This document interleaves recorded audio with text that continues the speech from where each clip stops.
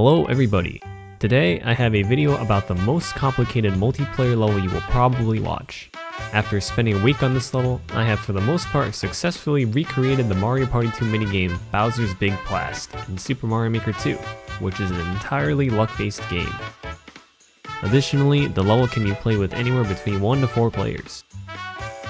In Bowser's Big Blast, players take turns one at a time by choosing a specific pump equal to the number of players remaining plus 1.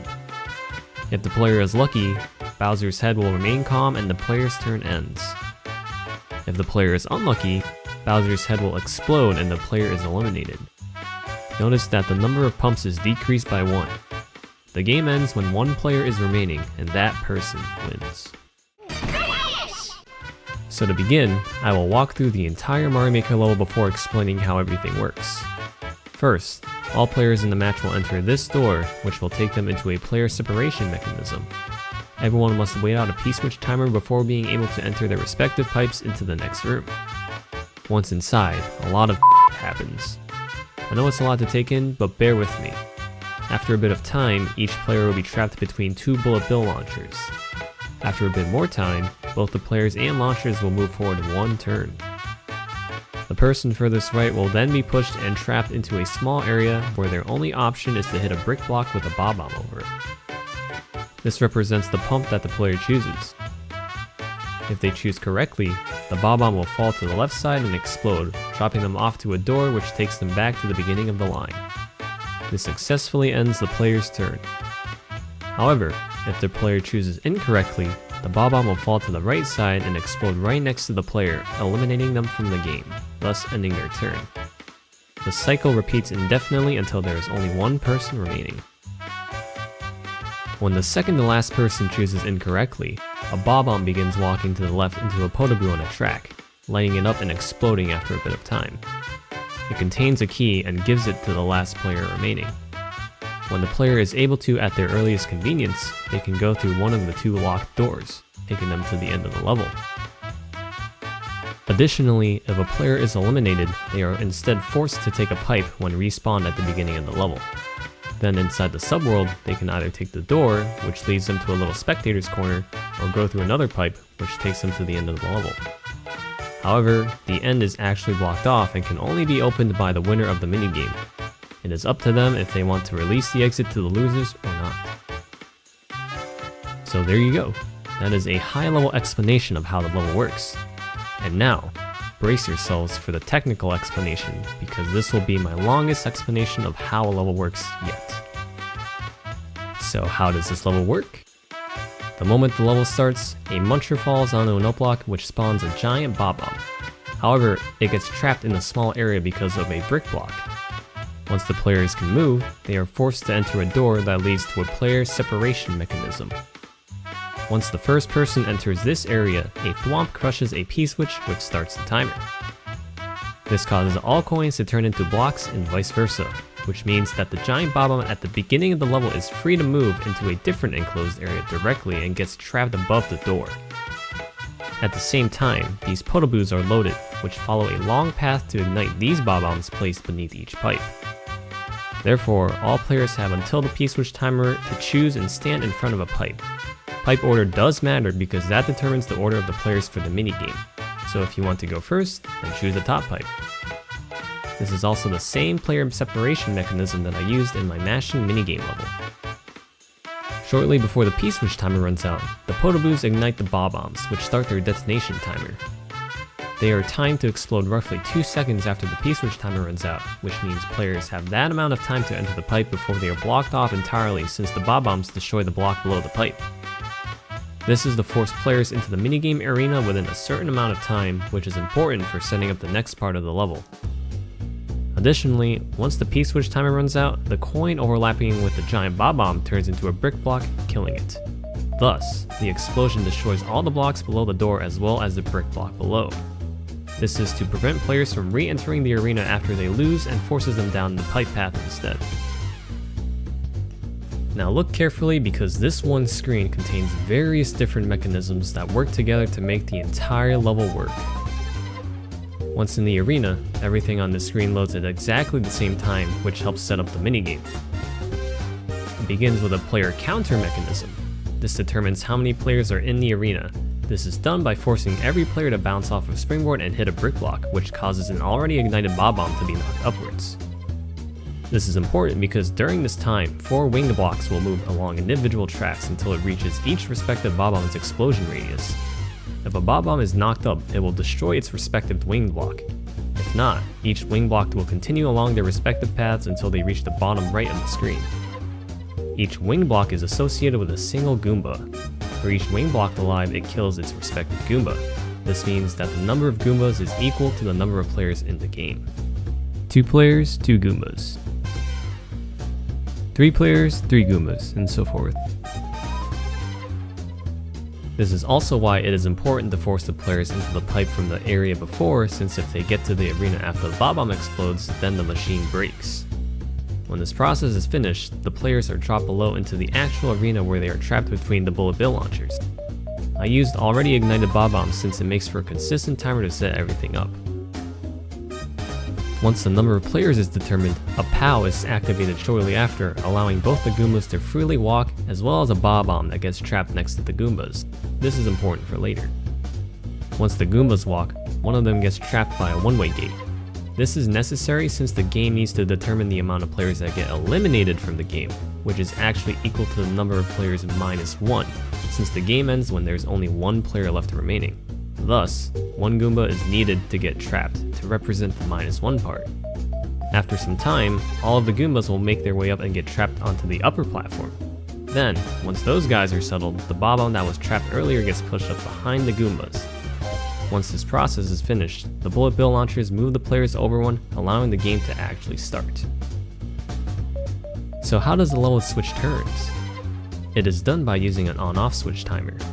The conveyors are set to change directions based on the on-off state, so switching them quickly will allow the bullet bill launchers to move forward a set distance. When the on-off state is switched, the last bullet bill launcher falls down and goes backwards until it is lifted by these cloud blocks and placed at the very beginning. This door also takes players to the back of the line once a player has finished their turn, forming a closed loop. Above the screen, a shell that is trapped gets released once an on-off switch is hit and hits a second on-off switch shortly after, which makes the bullet bill launcher stop moving forward. Once it is a player's turn, they are pushed into a 1 tile wide space where their only option is to hit a brick block. When the player actually hits the brick block represents the pump that they choose in Bowser's Big Blast. This is one of the few differences between the Mario Party 2 minigame and this level. Since I didn't have much room to work with, I had to use this method of randomizing the player's choice. Above the screen, which is not visible to the player, a winged springboard is moving back and forth on a track. When a player hits this brick block, it sends the bomb up into this area and will either bounce to the left or right, depending on when the player hit the brick block. If it bounces to the left, the player is safe and they can enter the door and proceed to the back of the line. If it bounces to the right, the bomb falls down and explodes in front of the player, eliminating them. In both cases, the bomb also activates an on-off switch, which begins the process of switching whose turn it is. So what if a player takes too long to decide? Just like with Bowser's Big Blast, which has a time limit of 10 seconds per turn, this level also has a time limit, which is located at the top of the screen. Whenever a player's turn begins, a bomb is dispensed and walks along a long path of on-off blocks. If the bomb makes it all the way to the end, it falls on the right side into the same area that eliminates a player. This only happens if a player does not hit the brick block in time. However, if the player manages to finish their turn before the time limit, depending on where the bomb is on its course, it will either fall down and go back into circulation while the next bomb is released to start the timer for the next player, or it will be destroyed to the blue on-off switch blocks from switching. This ensures that the timer is fully reset every turn. I intentionally put multiple bombs for the timer just in case a bomb is killed when the player switches turns, which only happens near the end of the timer and should rarely happen. If players somehow manage to exhaust every single bomb by having everyone take the maximum amount of time per turn, then the minigame will still run, just without a time limit per turn. Each player has roughly 15 seconds per turn. So what happens when the level switches turns, but that player has been eliminated? Well, thanks to proximity detecting items, there is a way to detect when a player has been eliminated. If a claw contains an item, it will drop only if any player is nearby. Therefore, we can use this to detect if a player is in the play arena during their turn. After the on-off state is switched, the same shell makes its way towards a claw. At the same time, it drops a muncher into that same claw. If a player is in the play arena, the claw drops the muncher, which circulates it back to the top, where it waits for the next player's turn. The shell will also be caught by the claw, causing it to stop moving. It then immediately gets released and hits a springboard, shortly making its way back to the same enclosed space used to switch turns. Basically, nothing changes in this case. However, if there is no player in the play arena, the claw does not drop the muncher, and instead the shell bounces off the muncher and then begins the process of switching turns automatically. This is the key to making the level fundamentally work. So what happens when there is only one player left? When the second to last person alive is eliminated, it kills the final Goomba, which allows the Bob-omb to freely walk to the left, which gets ignited and explodes shortly after. This Bob-omb has a key, which represents the win condition for the final player. This is why the Bob-omb must be last in line, since each player that gets eliminated also kills a Goomba. And once the second to last person is eliminated, the Bob-omb is able to freely walk forward into the Podoboo and explode shortly after, giving the key to the winner. Unfortunately, if the player isn't near a locked door, they have to wait until the nearest one. I had to do this since you can only use 4 doors per subworld, and I already used one to send you back to the end of the line, and another as a spectator door. At this point, the minigame is over and the winner has been decided. Now that was a lot to explain. So here comes the inevitable question. What are the downsides? Well, there are only 2 that I can think of. Like all my other levels, forcing all players to be in separate pipes is one of the bigger issues. Now this level is actually still possible if more than one person enters the same pipe, and it surprisingly doesn't break anything, at least to my knowledge. But it takes a lot of fun out of the experience. Additionally, when a player's turn is over, there is nothing forcing them to take the door back to the end of the line. They could in theory just camp the door indefinitely. Additionally, not entering the door immediately also breaks the level due to how the proximity detection mechanism activates when it shouldn't. Now in an earlier version of the game, I had originally placed an icicle on top of the door, which would force the player to enter the door, otherwise they would die. However, I decided to take this out because of problem number 2. Now the second problem is one I have spent ages trying to figure out how to solve, but couldn't given the setup to this level. If one or more players happen to disconnect, or start over, or even die somehow, after the player counter mechanism finishes, then the game is broken. For example, if there are 4 people in the arena and one of them disconnects later on, the game will never finish because of the fact that the number of Goombas remaining does not change. For it to work properly again, a Goomba needs to somehow be removed for each removed player from the game, since the number of Goombas in the upper area represents the number of players that get eliminated. And at the current time, I see no plausible way to detect that. Realistically, no one would rationally start over, even accidentally, and I see no way to even try to intentionally die. But worst case scenario, there is always the let's start over option if someone does happen to disconnect. One of the hardest parts with making this work was coming up with all the different mechanisms in such a confined area. Making it fit all on one screen was probably the most difficult part, and it's something I really wanted to do since it adds to that Mario Party feel of having everyone looking at the same screen. And that's all the brain power I have left to explain this. I know this was a lot longer, but hopefully these explanations weren't too boring. If you guys enjoyed the process behind how these levels work, be sure to let me know, because if so, I will definitely do them more for all my future multiplayer levels. Anyways, thanks for watching. Up, dude. Very, very, very possible. Orange boys. Amber boys.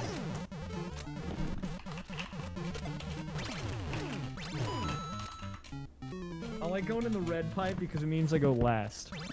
Now, when I was younger and I played this game, I never picked the same color as the dude I was playing. Yeah, you can't. That's the only rule, dude. You can't pick your color. If you're playing Mario and you pick red, like, it's over. You don't want to do that. Oh wow, Tones B's not doing too hot. Tones B? Tones B, get it together, Tones B. What is he doing? It's like he's not even playing. Alright. Oh, that's me, sorry. There's a time limit of 15. Wow! There's gonna be a consequence for that. Yeah, there's a time limit of 15 seconds. So. What happens if you don't do it in 15? You just Then you die. It's just like in nice. Bowser's I'm Big in Blast. there, dude. Alright, now I can I feel like this is spectate. where I got smushed. Maybe, I don't know. Yeah, it was like between the blue and the yellow, or like the amber pipe. Yeah, I think so.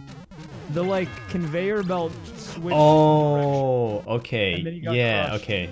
Yeah, I understand now. So you do have to enter the pipe. You do have to enter the door immediately once you get it. So that was my fault.